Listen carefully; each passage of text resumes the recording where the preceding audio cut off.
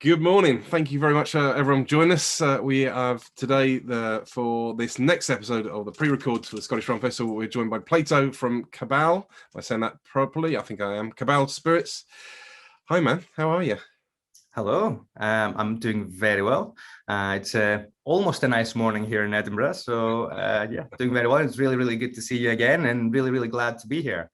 Thank you. You know what? It's so this one, I feel like I've got a little bit of an advantage on this. I've been holding on previously, like with the drams that the guys have sent me, so I could sort of taste it live, as it were, in the moment. But of course, this one I feel like I've tried quite a few times beforehand. Yeah, when you first launched, and then I've actually given it a good bit off the top of the bottle so far. Yeah, I don't know if I'm hiding the bottle there, the little yeah. No, it's tasty stuff, isn't it? It's certainly it was for me, it was, the liquid was a key thing for me to join the brand. And as soon as I tried it, I thought, you know what, you can't really go wrong with that liquid. So yeah, really, really glad that you seem to have been enjoying it. I feel like you can get stuck into it. But we're preempting a little bit. Let's for the purposes of the folks that are dialing in and trying this for the first time with their tasting kits, let's go back. Let's find out a little bit about yourself, your rum history, the how the company started, the journey, all the good things. The story so far. I'm not gonna backtrack too much, just in the interest of time. But personally, I have been I'm originally from Greece. That's where I was born and raised. Obviously, I've lived in Scotland now for quite a while. But I started bartending at the very young age of 15. Well, I was a bar back then, because you could do that in Greece at that time. So I've got a lot of years of bartending behind me, and I've always had a deep interest in spirits, and specifically aged spirits. I always had an affinity for anything that was matured or aged. And rum and whiskey were always two spirits that my two favorite spirits, I would say. I worked for the last obviously I've done a lot of bar management roles, in different countries, a lot of bartending roles, a lot of cocktail stuff. And for the last 3 years before joining Cabal, I worked for one of the biggest whiskey producers in the world, as a kind of like activation ambassador. And at some point those were established brands. If you get my meaning. So I always wanted to, number one, work with a brand that didn't have 300 years of history behind it, just kind of like take it from zero and take it somewhere. And also I always wanted to work with a rum brand, because it's one of probably my favorite spirit together with whiskey. So when the opportunity came with Cabal, and I got to try the liquid, I thought to myself, you know what, this is it. This is a local company. It's near me. The office is 2 minutes from where I live, here in Edinburgh city centre. Yeah, that's pretty convenient. Although I somehow still manage to always be late, believe it or not. So yeah, when I tried the liquid and I found out a little more about the company, I thought, you know what, this is the right thing to do. So this is how I joined 2 months ago. Which was just a few weeks before we launched our first batch. In terms of the company itself, it's a genuine Edinburgh independent company. It was founded just in the middle of the lockdown last year, which I thought was quite an interesting move. So basically, we went from having this idea to design, a super tasty rum with respect to the end consumer, with a Scottish twist, as an idea, into having a brand, having a bottle, and getting into bars and on trade venues in a year. So it's been quite an exciting time. Like I said, we bottled our first batch a month ago, and here we are at the Scottish Rum Fest. Cool. So you've got the brand ambassador role. You've been in with them from the beginning, but the companies, there's quite a few people involved, and I guess, and that kind of then leads into the whole kind of approach of how this thing was developed as well. Maybe, because I mean, like you have one expression, but like there is, it's sort of like number 1513, yeah, 1513. It's a please tell us. You got to tell me about that. I will. Yeah. Okay. Great. So the whole, not the whole idea, but a huge part of what makes this brand, I think, special, aside from the liquid itself, which is, I believe, exceptional. A big part of what makes our brand, Peter, is people. And we're all about people. We're all about that sense of togetherness. Our strapline is "Together in Spirit."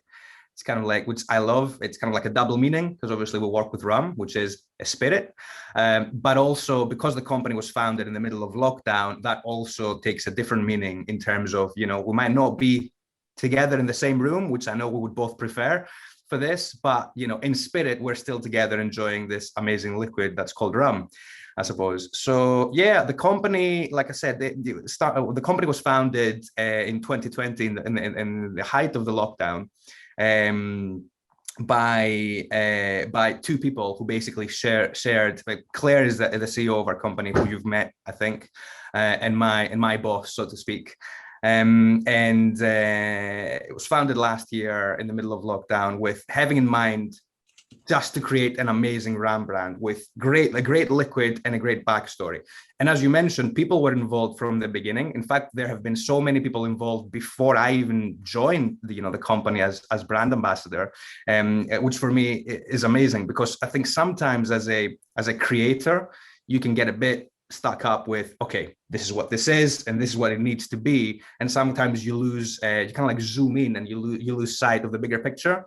So people were involved in this brand from the very beginning, as you mentioned, and I think when it would probably be a good idea for me to go into the details of the liquid itself, and then what do you think, and then how people fit into it.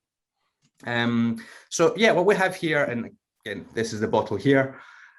What Cabal number 1513 is, and I'll answer your question. I'll take the long route to answering your question on what 1513 is. Take your time. But I thought, yeah, it was a good segue to actually talk about the liquid itself and how it's made. It's basically a blend of rums from different countries, different rum making countries. We take liquids from Guyana, Guatemala, Trinidad, Panama, and we also have a blend in there that's a blend of Caribbean liquids. The most prominent one of that blend is a liquid from the Dominican Republic. So in reality, we have 5 liquids, or 6 rather, liquids, because from Panama, we get 2 different marks from them. So we'll get 2 different liquids from Panama. So in reality, we have 6 different liquids from mainly 5 different locations that make what I like to call the base of the rum. And the idea behind that is, obviously, we are independent bottlers. We don't have our own distillery. And I think there's benefits and drawbacks to being an independent bottler. I think one of the major benefits is that we can just go out there and see what's there and get to pick and choose what liquids we want to put in our bottle, with having a specific idea of what we want our brand to taste like, which I think is a major advantage.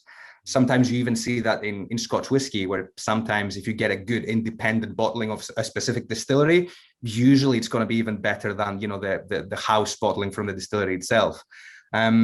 So yes, those rums are all liquids that come from molasses only. There's no sugarcane juice involved or anything like that, which is why you don't really get any of those funky or grassy flavors. It's what I like to call a bona fide rum flavor. That's the base of the liquid. In terms of age, they're between 3 and 5 years old, which is a decent age for kind of like a rum. And they're all aged at origin, which I think is important to note. And that also, gives a different weight to the fact that they're between 3 and 5 years old. They're actually all aged at origin, if that makes sense. The Panama liquid is aged in Panama, the Trinidad liquid is aged in Trinidad, et cetera, et cetera. Now, this is where things get interesting. And I should know, I should note as well that this is this blend is designed by us. We don't just go to a rum cask company and say make a blend for us and we'll just market it. This blend is designed by us, having, like I said earlier, a specific idea of what the liquid should taste like. We work with a liquid specialist that has a ton of experience in Scotch whiskey, used to work for the likes of Glenmorangie and other big whiskey producers. So we work as a company to actually put an idea together as to what the spirit needs to taste like. And then we go and work with the biggest industry players when it comes to sourcing casks and liquids to actually say, this is what we want. Let's work together to achieve that flavor. But like I said, we don't stop there. What happens then is we take the liquids that we've decided are going into the bottle, and we make different blend makeups of those liquids, different ratios, different proportions, different ABVs, if that makes sense. And then we host blind tastings. with a panel of very, very diverse people. Some of the people were people that were in the company. Some other people are trade people. We have a lot of just plain consumers that just drink rum and don't really care about how it's made. Which I think, again, going back to what I was saying earlier, it's super, super useful because, sometimes as a producer, you get a bit, a bit too focused on one thing. So we host a blind tasting with our friends and we have them score each blend makeup on flavor alone. All we care about is flavor. So they score it depending on, obviously, their palates. Every palate's different, as we all know. But we had, for this initial bottling, I believe 32 people that formed this panel, all from different backgrounds. People like you and me, rum fans, bartenders, licensees, plain consumers, like pretty much the whole gamut of people that just drink, I suppose.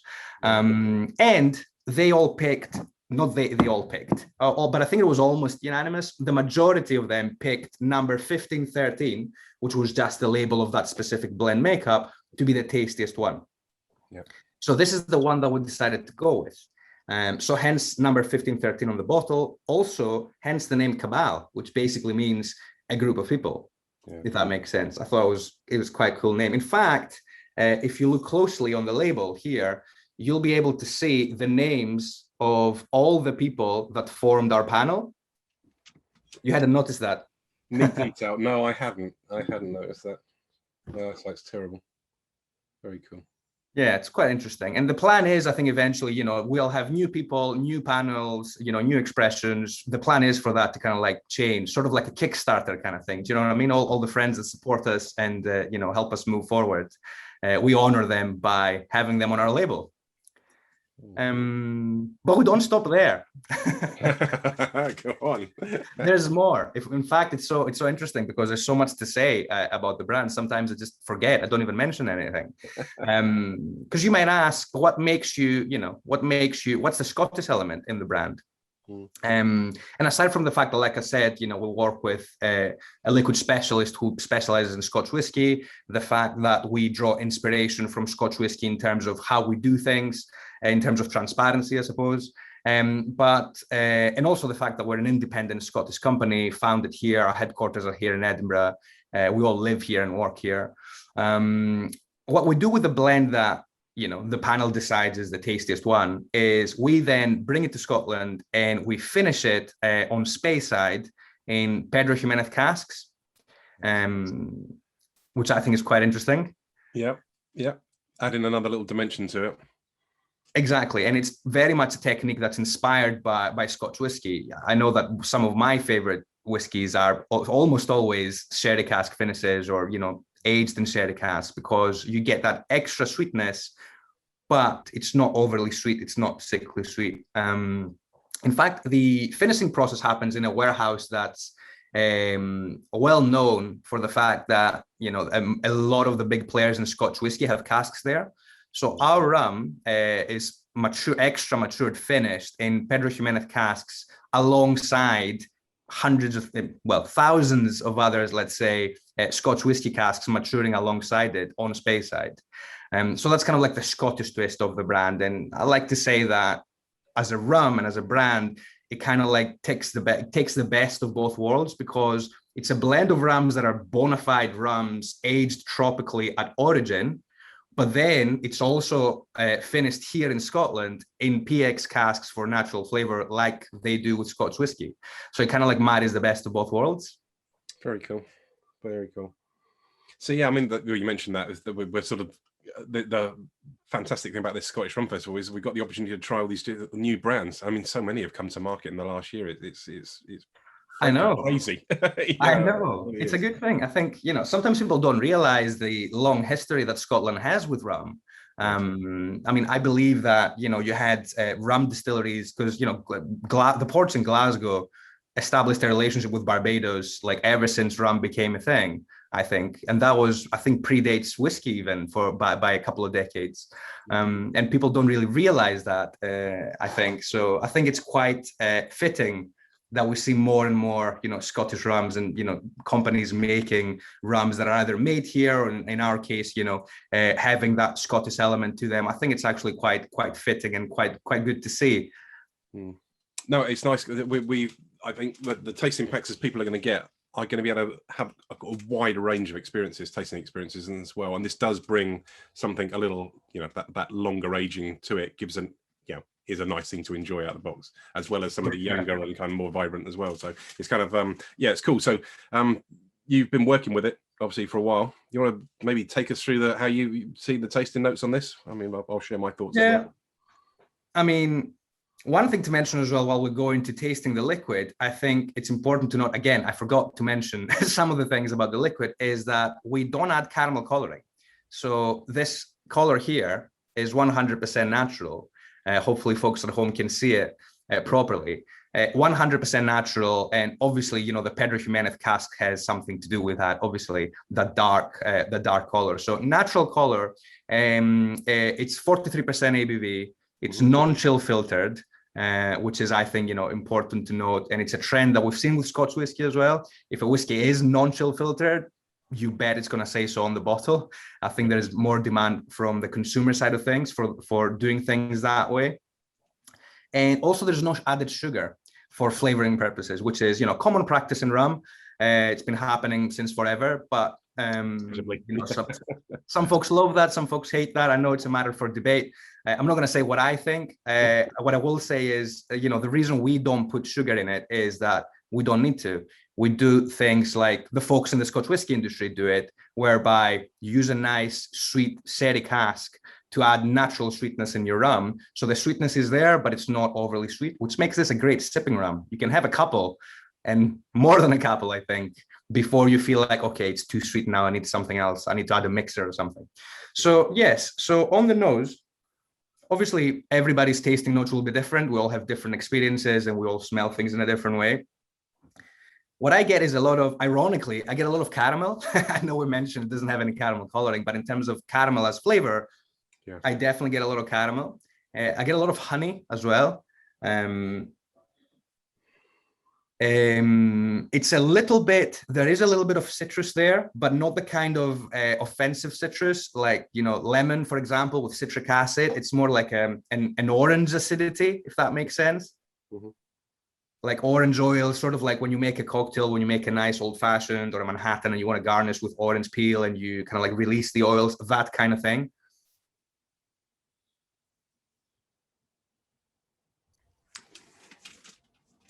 A little bit of chocolate maybe in there as well. Mm.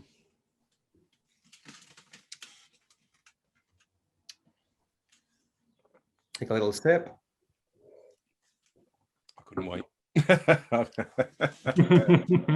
Thanks for the job. Yeah, it's not bad. It drinks very easily, I have to say. It's but with a nice complexity with it as well. It's quite complex. I mean, yeah. Before I go on to my tasting notes, because you said that, one of the feedback from the trade has been that, talking about tiki cocktails, sometimes a recipe might call for a rum from a different country plus an overproof rum, and like a Jamaican rum with a different kind of rum. And I've done quite a few tiki cocktail sessions so far in the on-trade, and in some cases we just used this liquid in recipes that would usually call for 2 or 3 different rums. Yeah. And because of the complexity of the liquid, it actually shone through to the point where it's complex enough that, I'm not saying we're going to rewrite the tiki cocktail books by any means, but it actually stood out and worked quite well just by itself in some of those recipes, which I think is a testament to the complexity of the liquid. Okay. What are some of your tasting notes? I have one that people seem to love when I mention it. So, but you go first. No, I think when I tried this for the very first time, I mean, I didn't sort of look at the little key of information that kind of comes with it. But what I took from it was like that, predominantly that Guyanese style, that sort of like that rich molasses style. But I did get a lot of stone fruit, and I guess that the EX cask is on that. So yeah, dates, raisins, sultanas, all that kind of vibe. But it's the sweetness onto the palate was good. And so I sort of checked, like, oh, was this a sweetened one? No, it's just that nice oily kind of mouthfeel. ABV felt really nice as well, not too high. It was just, like you say, it was just a nice easy sip. It's one of those ones where I kind of like the first 50 ml that I'm going to try was like, oh, it's gone, which I think is a good sign, because you kind of like, you haven't taken very long to kind of get through it, and so you find yourself pouring a large glass of it, and then you can kind of, and like you say, you're kind of reaching for the second glass before you've kind of known it, in a responsible way. Obviously, we don't.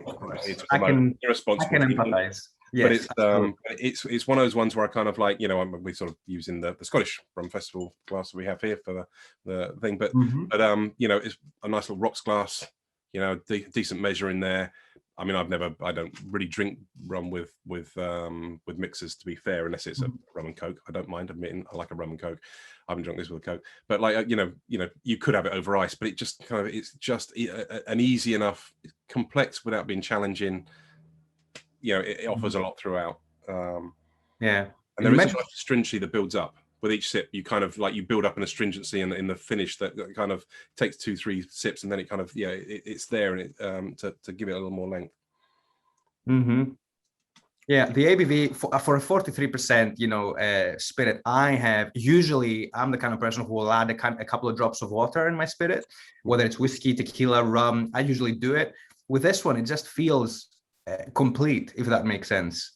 Even at 43% ABV, I never really felt the need to reach for my pipette and add a couple of drops of water. I haven't done it yet. I probably should, but I think there's obviously some heavy rums within this, as well as that lighter style. That's the point. I think that's why it kind of it works as well as it does. And I don't know if I mentioned, it's also a combination of column still and pot still within those, obviously, 6 liquids that go in it. There's also a combination of different liquids that come from copper pot still distillation and column distillation as well. I think we can guess from the mouthfeel and the rich mouthfeel that there's probably more of the copper pot still liquid in there. I would guess. I don't know that for sure just yet, but you can make a pretty good guess from the mouthfeel, I think. I'd be surprised if the Guyanese component didn't include either some Versailles or some Port Morant as part of it. I mean, it's it's what they do well. And a little bit of it goes a long way. Just adds that extra weight. Exactly, it's like a cocktail ingredient. It's exactly what you said. One of my tasting notes, actually, that when I mentioned when I do tastings or trainings with the trade is, I don't know if you ever had them, Tannock's caramel wafers. Been a while, but yes, I have. I honestly, every time, see, there you go. Every time I mention it, people go, "What, really?" But I'm like, I get it, because of that combination of exactly that combination of flavors as well. Absolutely. It's funny how some of the things, those very personal notes, we can talk about X, Y, Z and fly out, notes, but when you actually apply it to something real and go like, that's exactly nailed it. Exactly. I had one just yesterday on a recording, nailed it in one. Perfect. That's all I need to know now.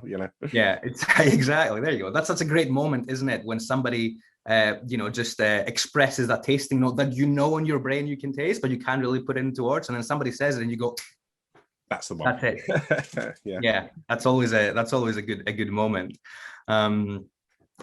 And the aftertaste is quite, it's quite long. It's still there. I mean, you take a sip and it'll still be there with you after, a long while.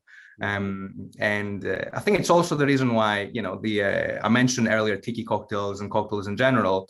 I do like when a spirit stands alone really well to just drink it neat. And that is the way, and not just for, analysis, if you like, but even for enjoyment. I just like to drink that way. Yeah. But with Cabal, we have found so far, with obviously experimenting a lot. I'm working on our official serve strategy as well as we speak. Need to finalize that pretty soon. It does work really well in mixed drinks and cocktails. And one easy recipe that I can share with folks, which will be our official. Sorry, what was that? No, please do. Absolutely. Please do. Yeah, perfect. One of the recipes that's an easy recipe that folks will be able to do at home is what I call the Caballero, which will be our kind of like standard, super easy highball style drink to make at home. And basically all it is, it's a double measure, 50 mils of Cabal in a highball glass full of ice, just with a touch of freshly squeezed orange juice. So you can just squeeze a wedge of orange juice in it, and topped up with ginger ale. And garnished with orange. Makes notes. But that's the beauty of it. You don't even need to make notes. You can just remember it because it's super simple, but then it's also super powerful in terms of the flavor. I think sometimes people can overlook how important flavor and aroma is. Do you know what I mean? Like you smell something in the actual, or taste something, and the actual compounds of that thing enter your body. It's super powerful. And for me, it's something that, can make or break your brand. It's all good and well to talk about, how beautiful the color is and, the marketing side of things. But I think flavor at the end of the day is, for me, the most important thing. So yeah. Pretty cool. So, I mean, like you say, so launching during lockdown and, is a bit of a pain in the ass. Let's face it. So we're all looking forward to the bars opening up. And, for sure. And getting out there. And so, what are your sort of plans or hopes for the next sort of 6 months to a year or so? Yeah, I mean, it's quite hard to obviously make a prediction, but we've been doing with both hands and my feet. Actually, you can't see them, but I'm crossing my toes as well for that, because we're really looking forward to activating in the on-trade. Obviously, that's a big part of my role and my background. Obviously, I love being here doing this, but I think my natural environment is probably behind the bar. So definitely crossing, my fingers and my toes and my hair, even if I could, for, hopefully, for us to be in a good position, in terms of, where we are with the pandemic, for bars to be able to safely open. But we've done quite well so far. We bottled our first batch, like I mentioned, a couple of weeks ago, 3 weeks ago now, but we are already in 11 licensed premises. And those are, we've been very successful.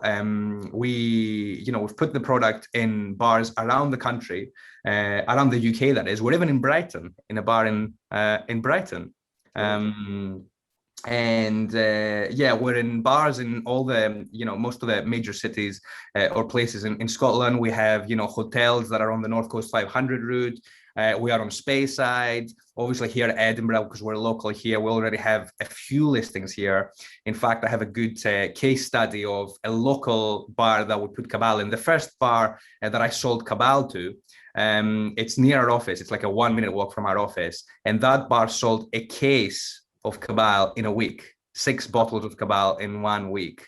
And it's not a rum bar or anything. They just made the Caballero a special on the menu, and it just flew. So they bought a second case after a week, which I think is a testament to the brand. Yep, very good. So yeah, been pretty busy, and definitely looking forward to, more places opening and activating more heavily, if you like, in the on-trade, because the one thing that we haven't managed to do is, do some proper events, in the on-trade, speak to people live, because, you have to go in and be seated at your table. It's quite hard to do those. And for me, rum is the spirit that's most associated with fun, if that makes sense. No, I get you. It's a fun category. You need to have some nice music in the background. You need to talk to people, dance some salsa, whatever it might be. It's fun and it's social. And it would be a shame if we're not able to, go back to those kinds of events sometime soon. So really looking forward to that. Very cool. Do you suspect, tell me to bugger off if you need to, but do you suspect that the focus is all about, we've got this one expression, we're going to get out there and we're going to sell 1 million cases of it, and then we'll think about line expansions, or are other plans in afoot? Because it kind of feels like you may be trying other cask types or other experiments. It seems unlikely you're going to stick with just one expression, surely.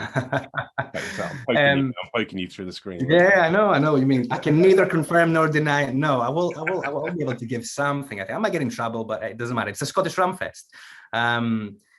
So you mentioned selling 1 million cases. That would be nice for starters. And we did sell 50 cases to Canada, by the way, first week of bottling, which is, again, another good sign. So we are looking at our export strategy quite heavily.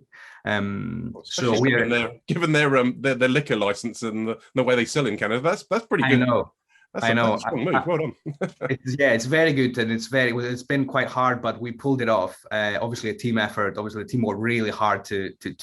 In fact, I say team effort. I had nothing to do with that between you and me. But I can mention it now and take all the fame. But no, not at all. Everything we do is a team effort. But what was I going to say? Yes, it's quite hard. Canada as a market. I say Canada. I think we're in one province at the moment, but we are looking to, because obviously there's differences between the different provinces and everything is regulated by the Canadian government. It's quite hard, as you mentioned. Yeah. But anyway, that's a conversation for another day. To answer your question, I wasn't trying to dodge your question there, but to answer your question, yes, the plan, I cannot share too much, but the plan is very much for us to keep moving forward and trying to, push the envelope when it comes to what we can do and what we can produce. Again, combining our two most important things that make our brand, which is number one, liquid flavor, doing things respectfully and responsibly and transparently, but also people. So everything we do in the beginning, that much I can share, everything we do will be very much informed by people, like our first expression was, and we're definitely looking to push the envelope and do some more exciting things. And I think I can even share that we have something new coming up at some point. I'm just going to say this year. So watch this space. I will put a full stop there, because otherwise I might get in big trouble. Good stuff. That's really cool. So what do you think? I mean, what do you think to the rum scene in Scotland in general? I mean, I think this last year's Scottish Rum Festival was very exciting. There was a lot of new brands come to it, and we thought, wow, small, not being size, it's a relatively small country, lots of things going on. 1 year later, I mean, so many more. It's an absolute explosion. What's your take on that, do you think?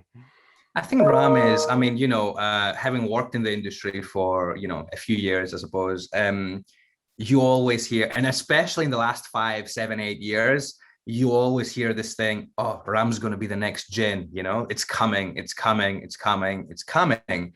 And I always thought, what a lot of BS or whatever it might be. It's just, it's not as easy to produce as gin is, for one. You couldn't really have that thing. I never thought it was going to happen, but right now I feel that it's happening. And obviously we're probably, us and also the people on this, that are joining the Scottish Rum Fest are probably a little biased, because I would assume we're all rum lovers, so we want it to happen. Maybe, but yeah, but we do. We're a bit romantic, I think, as rum drinkers, definitely.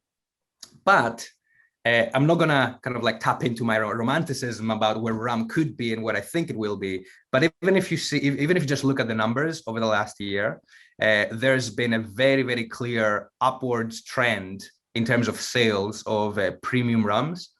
And I think that's key to note, because, Captain Morgan Spiced and, all those rums that are drunk in pubs with Coke, I've always been doing well and will always do well. But the fact that premium, more kind of like contemporary, more oddball rums are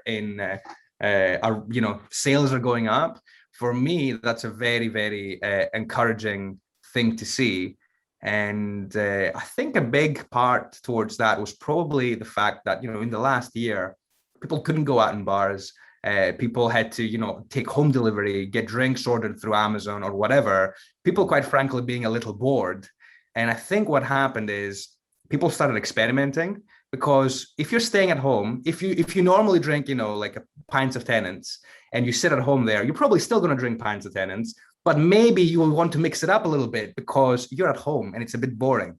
So why not try this new rum from Edinburgh or Glasgow or whatever it is, or this new mezcal or whatever it might be? I think people started experimenting. And what happened was people realized that, you know what, I actually like rum, people that hadn't tried it before. And especially if it's people that have maybe tried 2 different rums. And so how vast the rum spectrum is.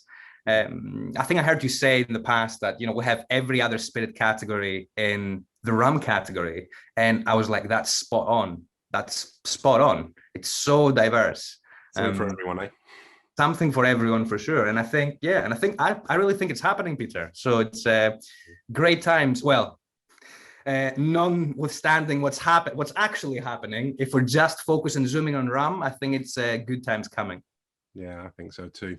Fantastic. That's really very, very cool. I hope that everyone watching this, I've kind of, for those that are watching me, I've emptied my glass twice now, which means I read into that what you will.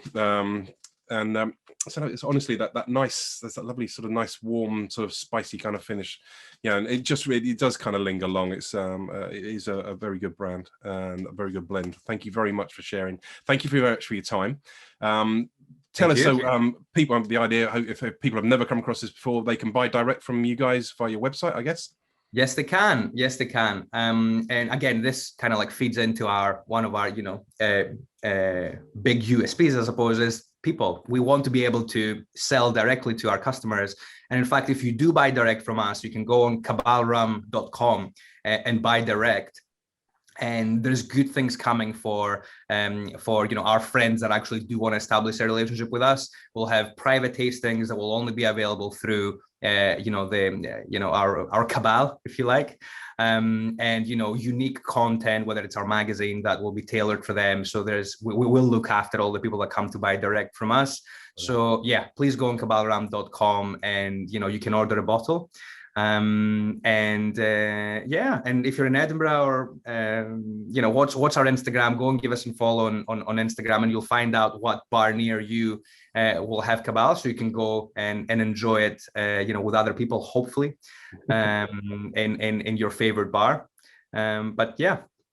Cool, that's brilliant. Thank you very much for your time. I do appreciate it. It's lovely to speak to you. It'd be great. Just a secret I'm asking, who runs the social media? Like, if people send a message to the social media, will they get hold of you? Will it be a company? What's the best way for folks to ask questions? The best way for folks to ask questions, well, if they want to ask questions to me directly, they can get me on I'm more than happy for them to reach out on my own personal social media. My name is Plato. Well, if you just put on Instagram, Plato Does, DOES, that's my handle. You can get me there. Feel free to send me any messages. And then also feel free to message the Cabal Instagram. We're a small team. Like I said, we're a genuine independent company. So we're a very small team. So any questions that do come through on the Cabal social media, they will I don't monitor that page myself, but those questions, rest assured, they will find their way to me. Brilliant. That's great. Thank you very much, man. I think we'll draw a line there. We'll see you on and on, hopefully in person, in a bar. That would be amazing, wouldn't it? Hopefully sometime soon, Peter. It would be great to have you in Scotland. So yeah, thanks very much for your time. Thank you, everybody. And yeah, cheers.